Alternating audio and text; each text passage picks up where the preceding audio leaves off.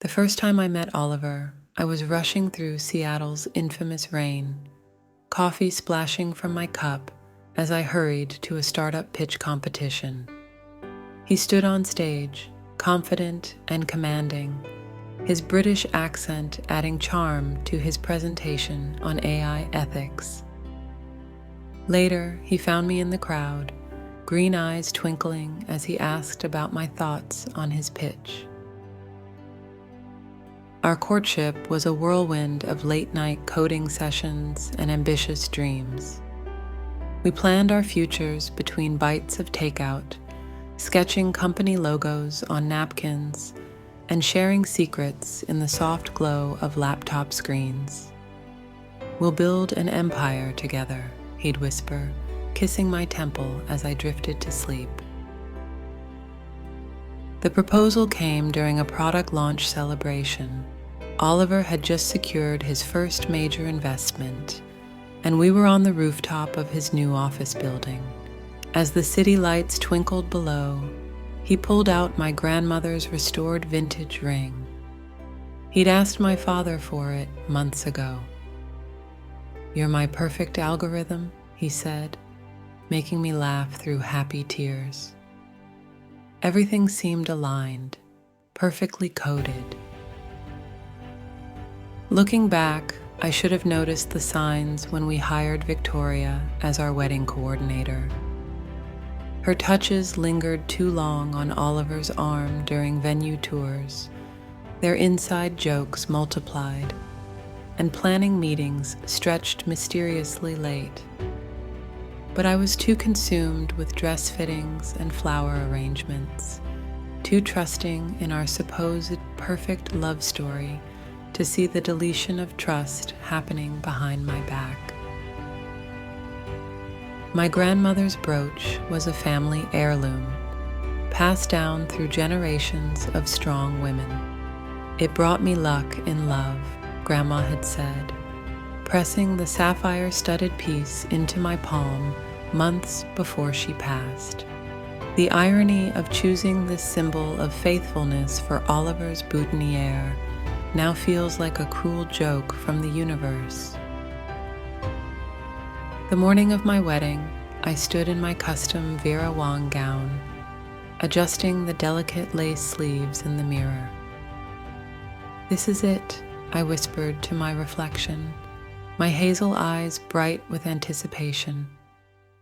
My bridesmaids buzzed around me, laughter filling the bridal suite. Everything was perfect, except for a nagging unease in my chest. Walking down that hotel hallway, memories flashed through my mind like a cruel slideshow. Oliver's surprising breakfast in bed, our first vacation in Bali, late nights planning our future. Each click of my heels against marble echoed with promises he'd made. The weight of my dress felt suddenly suffocating, as if the fabric knew what awaited me behind that door. Time fractured as I stood outside his suite, my hand trembling above the doorknob. A text from Victoria lit up my phone. Handling last-minute details with Oliver. My stomach churned as distant laughter filtered through the door. His laugh, but different somehow. Intimate, wrong. What I saw next branded itself into my memory. Oliver's tuxedo jacket crumpled on the floor, Victoria's clipboard abandoned beside it, scattered papers like fallen confetti. The antique chaise lounge, where we'd planned to take our first married photos, now defiled by their entangled forms. The room spun as reality crashed through my carefully constructed fantasy. My engagement ring felt like it was burning into my skin. News spread through the hotel like a virus, infecting every carefully planned moment with its poison. The string quartet packed away their instruments, their Mozart replaced by shocked whispers. The cake stood abandoned in the kitchen, Its 3 perfect tears, a monument to what should have been. My mother's face crumpled as she ordered the bartenders to stop preparing the champagne towers. My sister Rachel, always my fierce protector, found Victoria trying to slip out through the service entrance. "You orchestrated this whole thing, didn't you?" She spat, blocking Victoria's escape. Victoria's mascara-streaked face showed no remorse, only calculation. The gift table became a sort of command center for damage control. My bridesmaids formed an assembly line, sorting presents by guests for return shipping. Each card I'd carefully calligraphed with our names now mocked me, Oliver and Maddie, forever and always. My best friend Hannah quietly removed our engagement photos from their frames, slipping them into a folder I wouldn't open for months. Social media exploded within hours. Screenshots of Oliver's company profile, photos of Victoria's wedding planning business, speculation about how long it had been going on. My phone buzzed constantly with notifications. Friends defending me, strangers offering sympathy, reporters seeking comments. The story became bigger than my heartbreak. My first therapy session 3 days later felt like drowning. "Tell me about Oliver," Dr. Chen said gently. I opened my mouth, but only tears came. How could I explain that I wasn't just mourning a man, but a future? The support group met in a church basement on Wednesday nights. 6 other women, all betrayed by partners, all rebuilding. We became a sisterhood of the scarred, healing together over coffee and shared pain. Reclaiming spaces Oliver had touched proved challenging. Our favorite coffee shop, where he'd first kissed me. The park bench, where we'd planned our honeymoon. The tech conferences we'd attended together. Each location held ghostly imprints of his presence. Slowly, I began rewriting these spaces with new memories. Client meetings, girls' nights, solo adventures. The city gradually became mine again. 4 months after the non-wedding, I agreed to a blind date. James was kind, stable, completely unlike Oliver. But when he reached for my hand across the table, I flinched. "I'm not ready," I admitted, expecting disappointment. Instead, he smiled understandingly. The idea for my agency came during a sleepless night. Phoenix Crisis Management, I typed into my notes app. Who better to guide companies through PR disasters than someone who'd lived through one? My experience had taught me the importance of quick action, transparent communication, and strategic damage control. My pain could become my expertise.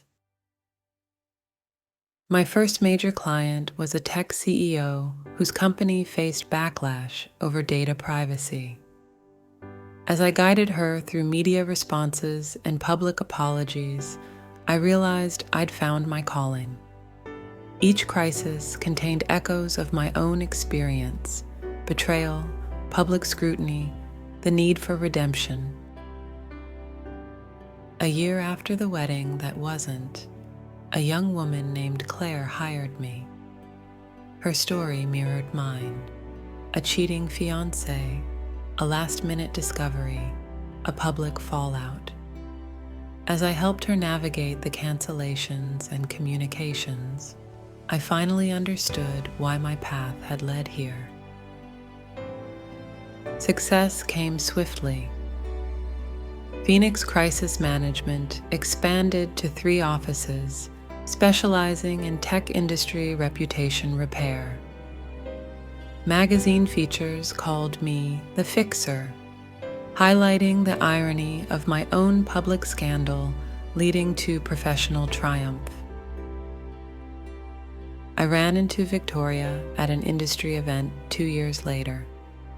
She'd closed her wedding planning business, the scandal having followed her like a shadow. "Maddie," she began, but I cut her off. "Thank you," I said, meaning it. "You showed me who he was before it was too late." Her face crumpled as I walked away, head high, toward the stage where I'd be keynoting. Today, standing in my corner office, overlooking Seattle's skyline, I touch my grandmother's brooch, now framed on my wall. It's no longer a reminder of betrayal, but of inheritance. The strength of women who turned pain into power. Below, the city pulses with possibility, each setback a potential comeback waiting to happen. Client testimonials line my walls, each representing a crisis navigated, a reputation salvaged, a future reclaimed. The irony isn't lost on me that Oliver's betrayal birthed this unexpected legacy. Sometimes the worst endings lead to the best beginnings. The news reached me last week that Oliver's startup finally folded. Victoria left him months after the wedding disaster, pursuing another engaged tech founder in San Francisco. I felt nothing but gentle pity and gratitude. Every decision that led me here, even the painful ones, shaped this version of me. The woman who once fled a wedding venue in tears now helps others rise from their own ashes.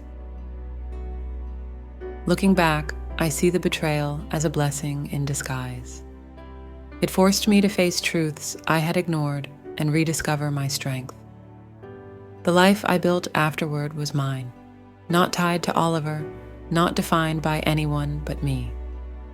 Betrayal may have broken me momentarily, but it also set me free. To anyone listening, remember, the darkest moments often lead to the brightest beginnings. Trust me, you're stronger than you think. If you've ever faced betrayal or turned heartbreak into your greatest strength, I'd love to hear your story. Share it in the comments below and inspire others who might be navigating their own challenges. Don't forget to like this video if it resonated with you, and subscribe for more stories that remind us how life's toughest moments often lead to our greatest triumphs.